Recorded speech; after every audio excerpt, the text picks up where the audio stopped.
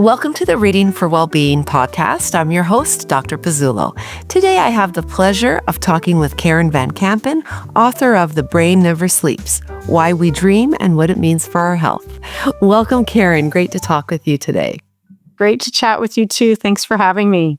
Before we start talking about The Brain Never Sleeps, can you tell our listeners a little bit about yourself and how you got interested in dreams and dreaming? Definitely. So when I was a kid, I think I was about 9 years old, and my dad opened one of the first sleep labs in Canada. So I was immersed from a young age. I was immersed in the world of sleep. And I thought a lot about why sleep is important to our health and our well-being. When my friends were having to get up early on the weekends to do jobs around the house, my parents would let me sleep as long as I could. And I had this uncanny ability just to sleep all the time, whenever. If it was turbulence on a flight or if I was bored as a kid, I would just sleep. I can't do that anymore. And so my dad never did anything in dream science, but I've always been fascinated by the dreams that sleep offers. And about it is almost 20 years ago now, I started this project, the book project, the Dream Book, as it was known in my house for many, many years, the Dream Book. And I started interviewing all of these different dream researchers and scientists. We lived in London, England for a couple years, and just by coincidence, we lived near the last house that Sigmund Freud lived at. And so I had all of these interviews and all of this research, and life gets busy and things happen, and I shelved the book project for a while. And then a few years ago, I stumbled across this study that said we are as dream deprived as we are sleep deprived. And it just reignited my interest and my passion about dreams and dream science and trying to understand, why do dreams matter? Why do they matter on their own? And if we're not getting enough dream sleep, what benefits are we robbing ourselves of?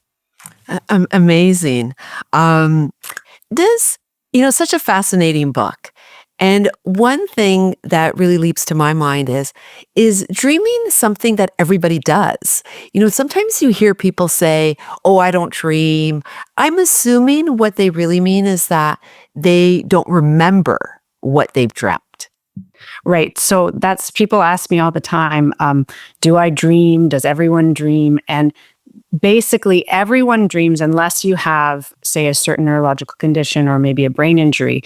But most of us dream throughout the night, and not just in REM sleep, but also in non-REM sleep. So through the different sleep stages, we dream throughout the night.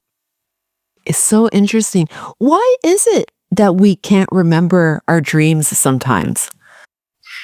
Well, maybe it's because we're not waking up in a dream. So let's say that we wake up with our alarm and we bolt out of bed because, we've been sort of snatched from sleep. And maybe at that moment, we're not having a dream. So we were not remembering it. It made me think of, so when I'm traveling, I was noticing I'm really interested right now in sleep and travel and dreams and travel, because if you're in a different time zone, and let's say you're jet lagged and you're maybe dipping in and out of sleep all night, it gives you more opportunities to remember your dreams, because maybe you're going in and out of different dream sleep, different stages. So I find that really interesting. Yeah, that's fascinating. And are dreams different depending at what point you're dreaming in your sleep cycle? Right. So REM, stage 4 is REM sleep, and REM is characterized, rapid eye movement sleep is characterized by those really intense, vivid, emotional dreams.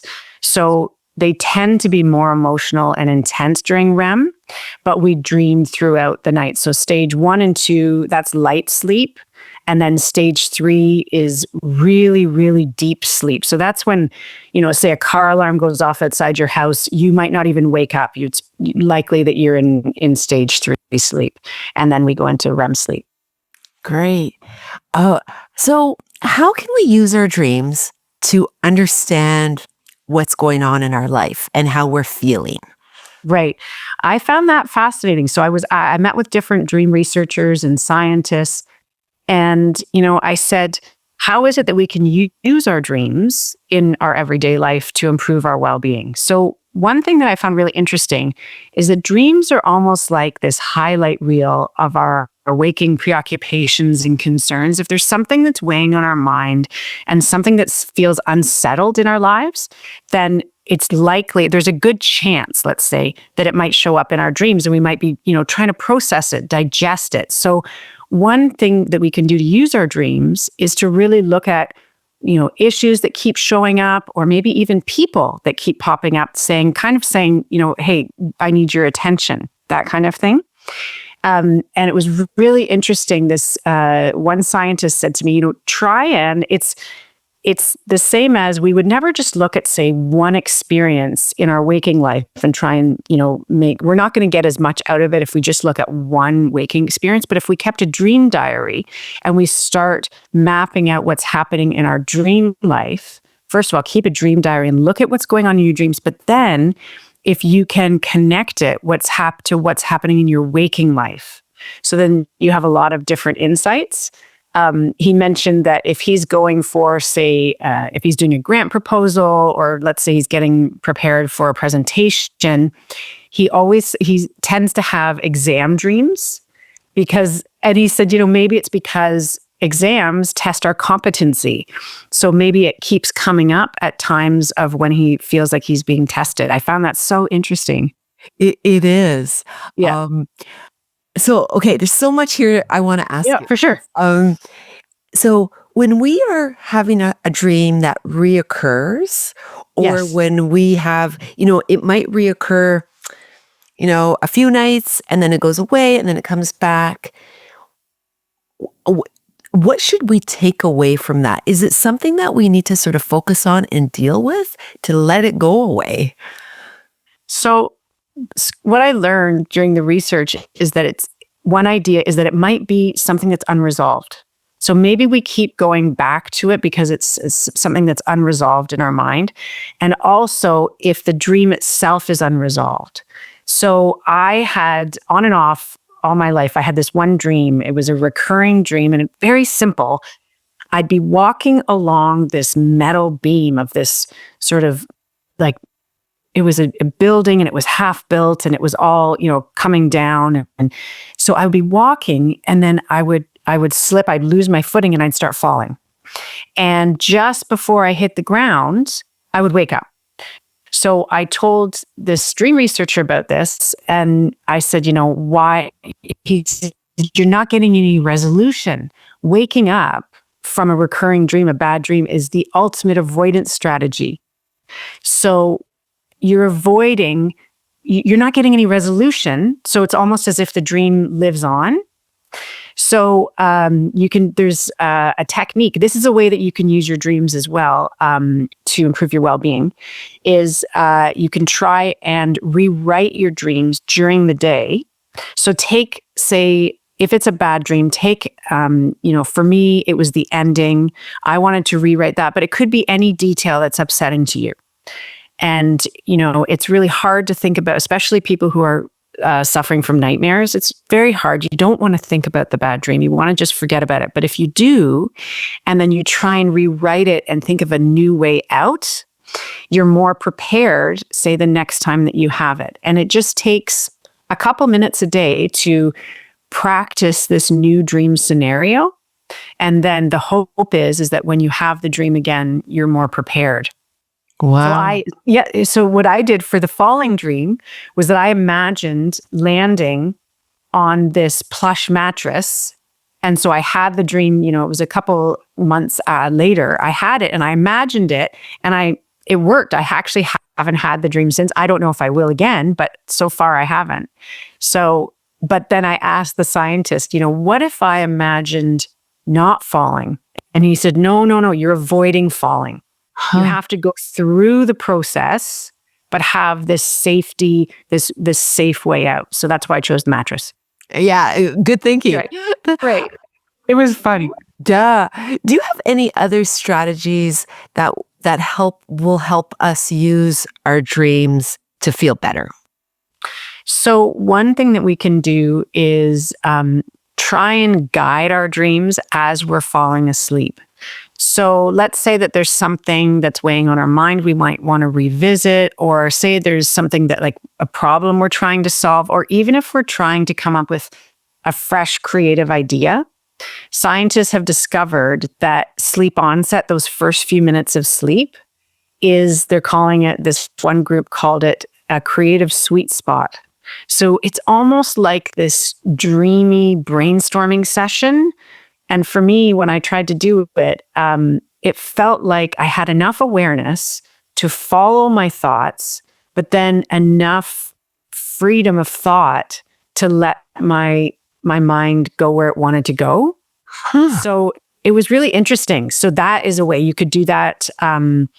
And also, scientists are now using technology to try and help us guide our dreams. So there's different apps out there. There's different dream tools. One is the Dust app, and you can go, and it's just being launched. And so it helps you try and guide your dreams. And I created this, I did sort of this ad hoc experiment at home. It was so much fun. And I used voice recordings, my own voice. And as I was falling asleep, I tried to dream of a tree.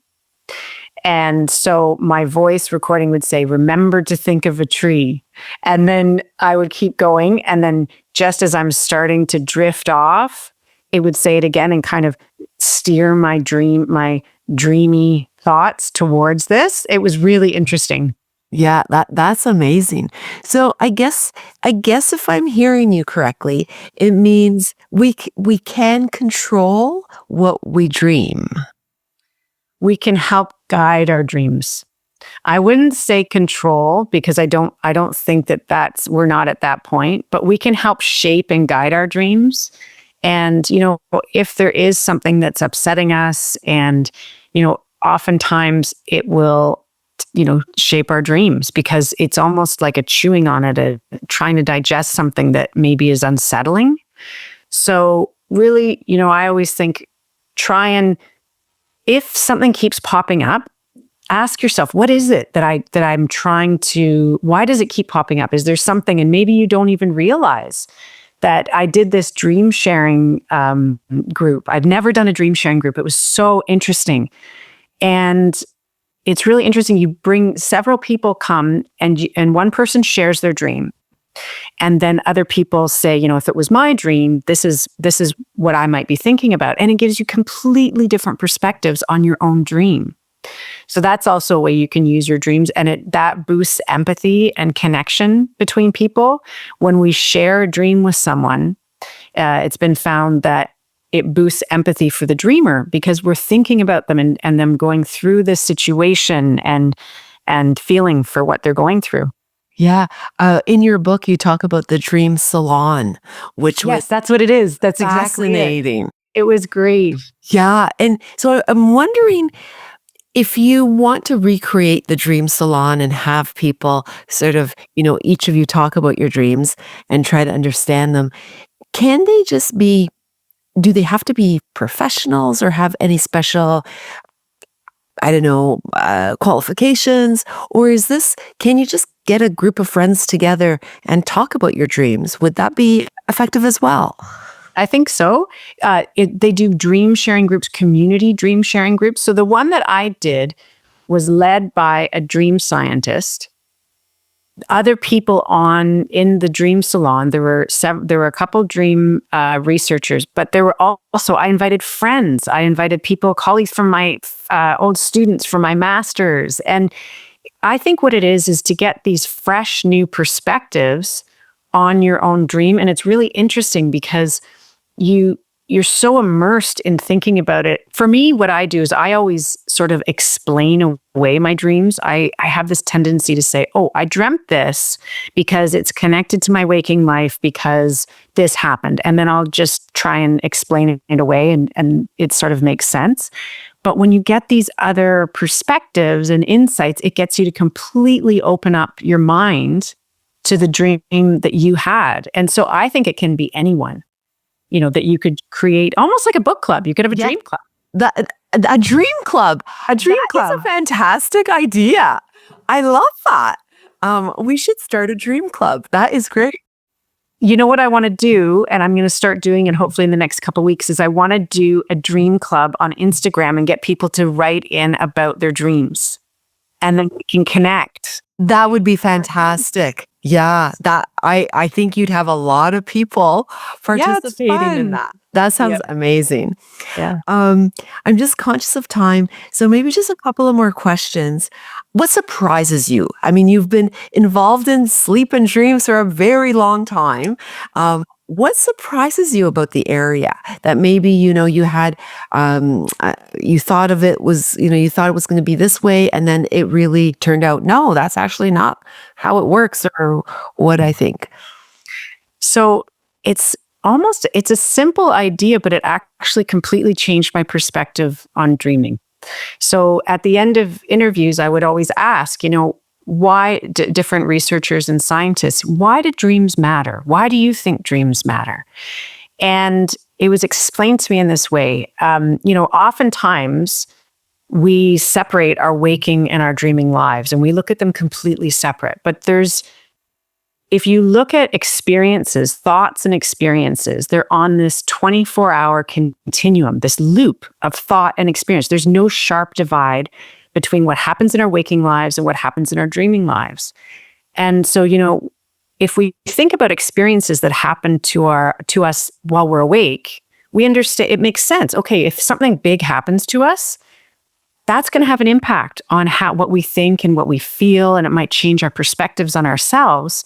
So if dreams are experiences, and if they exist on this 24-hour continuum of thought and experience, then it makes sense when our dreaming brain is operating in this different mode and we're, released from the distractions of the day and this whole other realm of thought and experience. We have this. It's like this window into who we are and things that really are important and mean something to us. So for me, it repositioned dreams in my mind. It made me realize, of course, they're part of who we are. We create them for ourselves, for our benefits. And that's why, there's so many reasons why they're so important. They help process memory. They help strengthen learning. They help us, process emotions and prepare for life's dangers. There's all these reasons. And then if we just sit and reflect on our dreams, there's so much I find that we can discover about ourselves. Yeah, dreams are so powerful, and Exactly. they really do open up our eyes to maybe what's going on that we're not even aware of what's going on. Right. I agree too. Yep. Yeah. If there were three things that you wanted people to take away from your book, what would they be? Number one, we don't have to be powerless to our dreams. And the reason why I bring that up is because a lot of people suffer from nightmares and they can be debilitating. So there are simple ways. It's called imagery rehearsal therapy, and we can try and re-script our bad dreams, and we can show ourselves that, we don't have to be powerless to our dreams. So that's one. Number two, we can use our dreams for enlightenment, for fun, for entertainment. We can learn to lucid dream. That's when you gain awareness of your dream state. And once you have awareness, you can try and control your dream self and control your dream world. And, people are doing this for all different reasons, for spiritual and for mental well-being.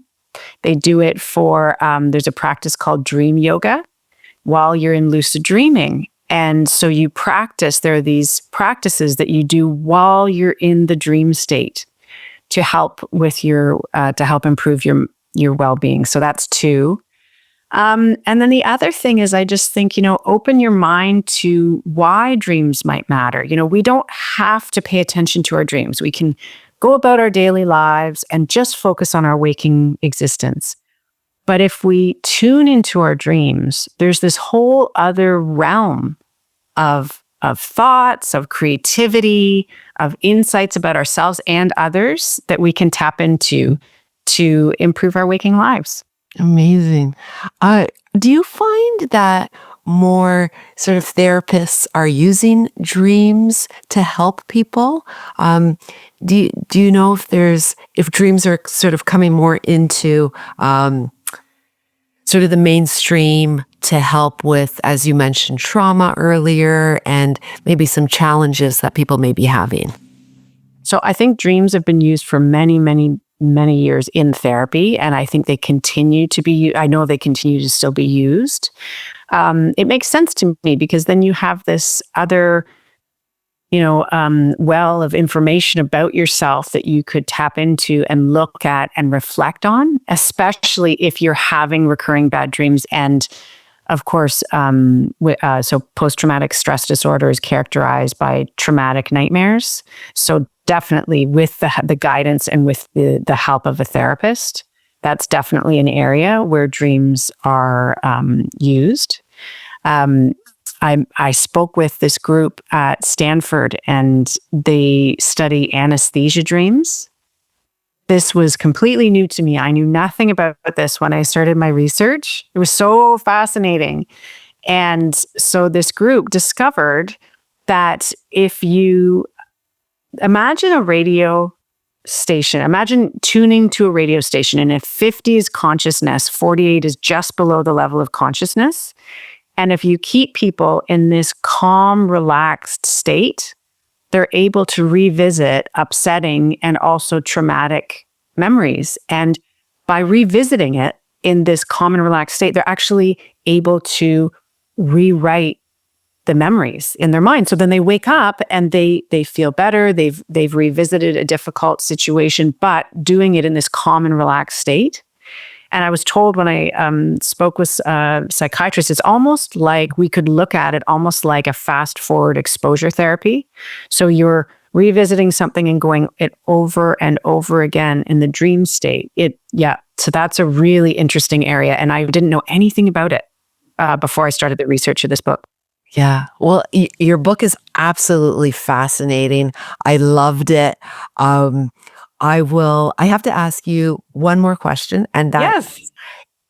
yeah, are you reading any books, any good books? Do you have any book recommendations for our listeners? Oh, okay. So I just finished, it's fiction. Okay, that's okay. I just finished, it's fascinating. It's called The Names. Okay. And it's imagine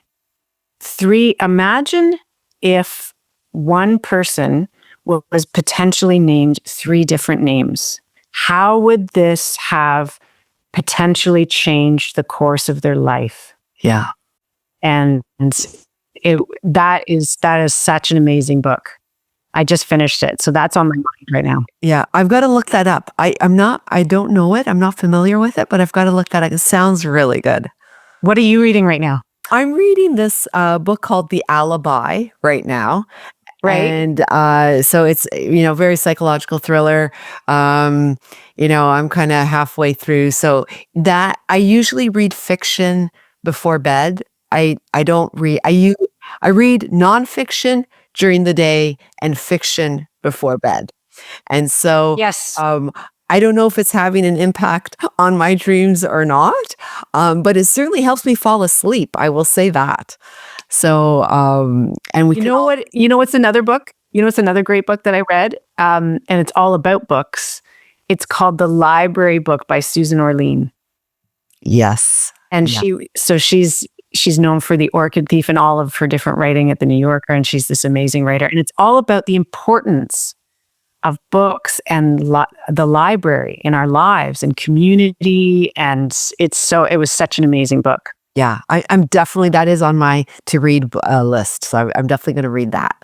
Final thought on dreams and dreaming and how to get the most out of our dreams.